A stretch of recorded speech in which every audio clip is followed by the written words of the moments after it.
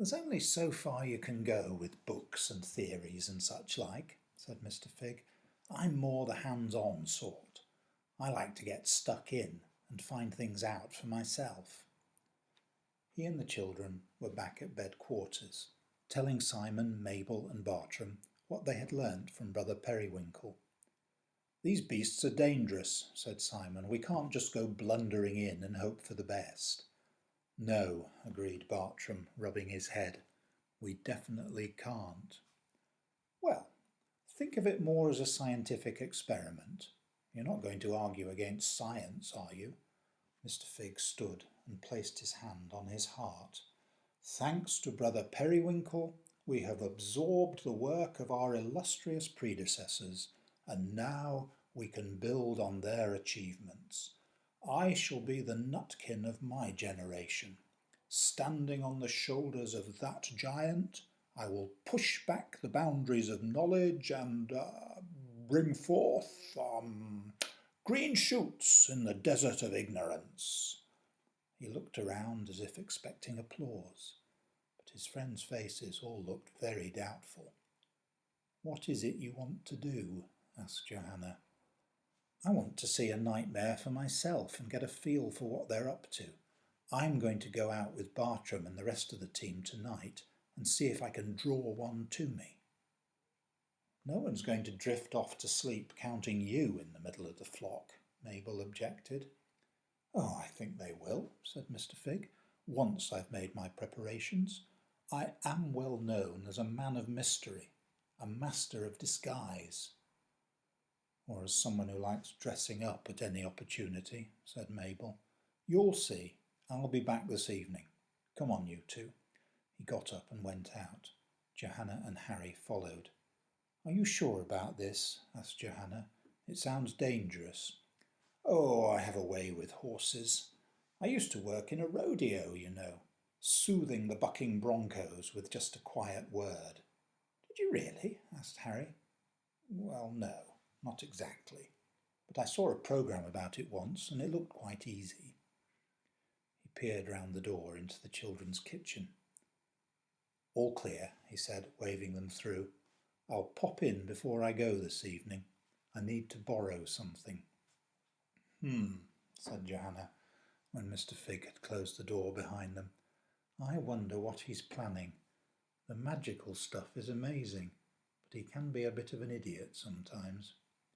"Well, I could handle a nightmare," said Harry. "Watch this." He picked up a tea towel and flourished it like a matador, spinning on his toes. "Ole! Come on, horsey.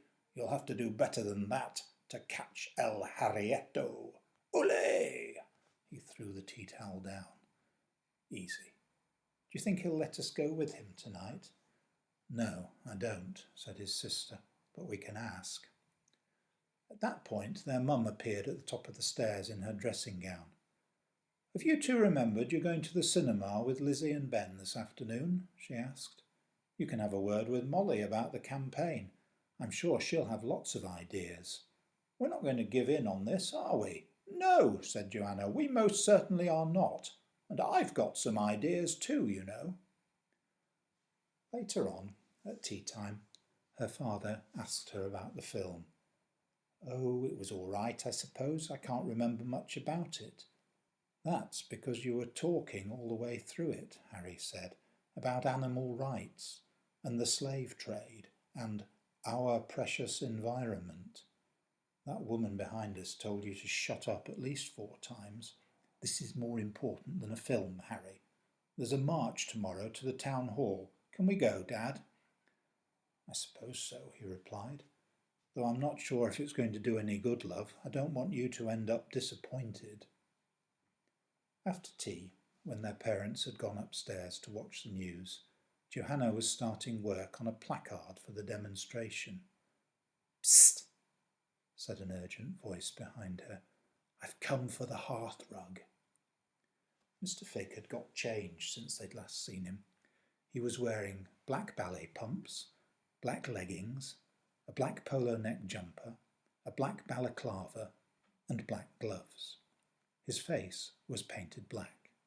2 black leather cartridge belts crisscrossed his chest, They must have been designed to hold ammunition for a very big gun, because each loop was now comfortably holding a carrot. "Bait," said Mr. Phigg when he saw the children were staring at his chest.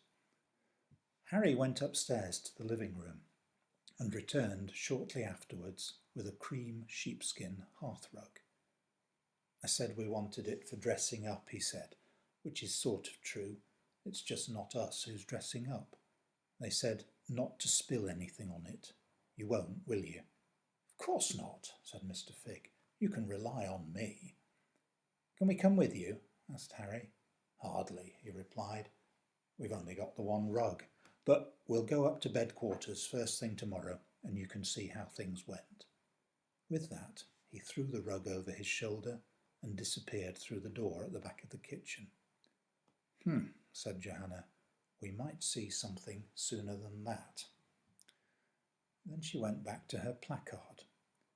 "Freedom, not factories," it read in big green letters, with a smiling pig on one side and a brown cow on the other, and a bright yellow sun at the top, shining over everything. "Very peaceful," said her mum when she came down to tell them it was time for bed. "Nice and calm. You should be ready for a good night's sleep now." "Oh, I'm a bit hungry, Mum. Can I have some supper first? I really fancy a bit of toasted cheese."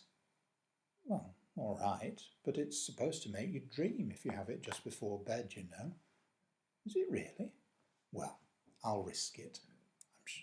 I'm sure I'm too tired for dreams."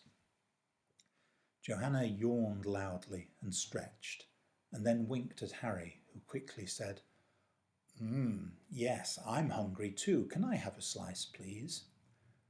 As their mum was making the supper, Harry whispered to his sister, "How's this going to work?" "I don't know," she hissed back, "but it's worth a go. Why should Mr. Phigg have all the fun? Just go to bed when you've eaten it. We'll get off to sleep and see what happens." Johanna brushed her teeth and got into bed. She was wide awake. "Right," she thought, "let's see what the shadow flock can do." She closed her eyes and tried to imagine a flock of sheep walking past her. 1, 2, 3, round about 15. She began to wonder if there was anyone going past that she recognised. Then she felt a curious change come over her. It was as if she was turning the contrast control on the TV. The colours got brighter, the image sharper, more real. Then she noticed she could smell the sheep and hear their hooves as they wandered down a lane which she was standing in.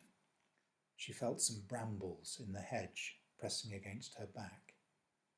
22, she said deliberately, and then stopped counting, because number 22 looked her in the eye and nodded. "Evening. I didn't know you were coming too." It was a sheep called Arthur she had met at bed quarters. "Hello," she stuttered. "No, I wasn't planning to before." And then she spotted Harry on the other side of the lane with his mouth wide open, rubbing his eyes. Johanna threaded her way through the line of sheep to join him. "We did it," she said. "Let's see where they're going." She took his hand and led him down the lane alongside the sheep. After a couple of minutes walking, they realised something was heading back up the lane towards them, moving against the flow of the rest of the sheep. At first they assumed it was a sheep too, but then they spotted its ballet pumps and balaclava and realised it was not pleased to see them. "What on earth do you think you're doing?" said Mr. Phigg, whispering fiercely, as he pushed Johanna and Harry through a gap in the hedge into a field beyond. "And how do you think you're doing it? I don't know how we're going to explain this if you get spotted." "I didn't think," Johanna began. "No, you didn't, did you?" Mr. Phigg interrupted. Toasted cheese, was it by any chance? Johanna looked at the ground and nodded. But what about the nightmares? I'm expecting them to show up any minute. They're dangerous, you know. What's that funny lump on your head? Asked Harry. It's a strap-on camera sending live pictures back to bed quarters. But don't change the subject. What are we going to do with you? We'll be careful, said Johanna. We'll keep out of sight. At that point, Bartram's head appeared through the gap in the hedge. Ah, he said to the children, it's you. They spotted a discreet primrose worked into the wool of one shoulder. Then he turned to Mr. Phigg. We can't wait much longer. The front of the lines reach the end of the lane. I've got them walking on the spot to give the impression of movement, but that won't work for long.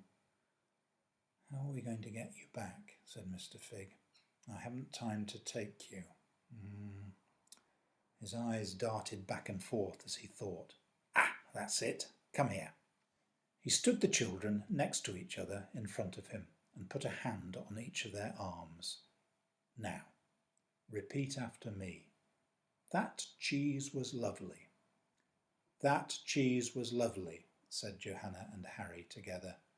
But it must have been very salty. But it must have been very salty. Now I'm really, really thirsty. Now I'm really, really thirsty. I'm going to have to get a drink. And just as the children were dutifully repeating that line, Mr. Phigg gave them each a sharp pinch on the fleshy part of their arms, and then he and Bartram and the field and the lane all seemed to be whirling around and disappearing from their sight, like water running down a plug hole. Johanna jumped out of bed and went straight to the bathroom. She was just starting her second glass of water when Harry joined her. That was amazing, he said, pouring himself a drink, even if we didn't get to see a nightmare.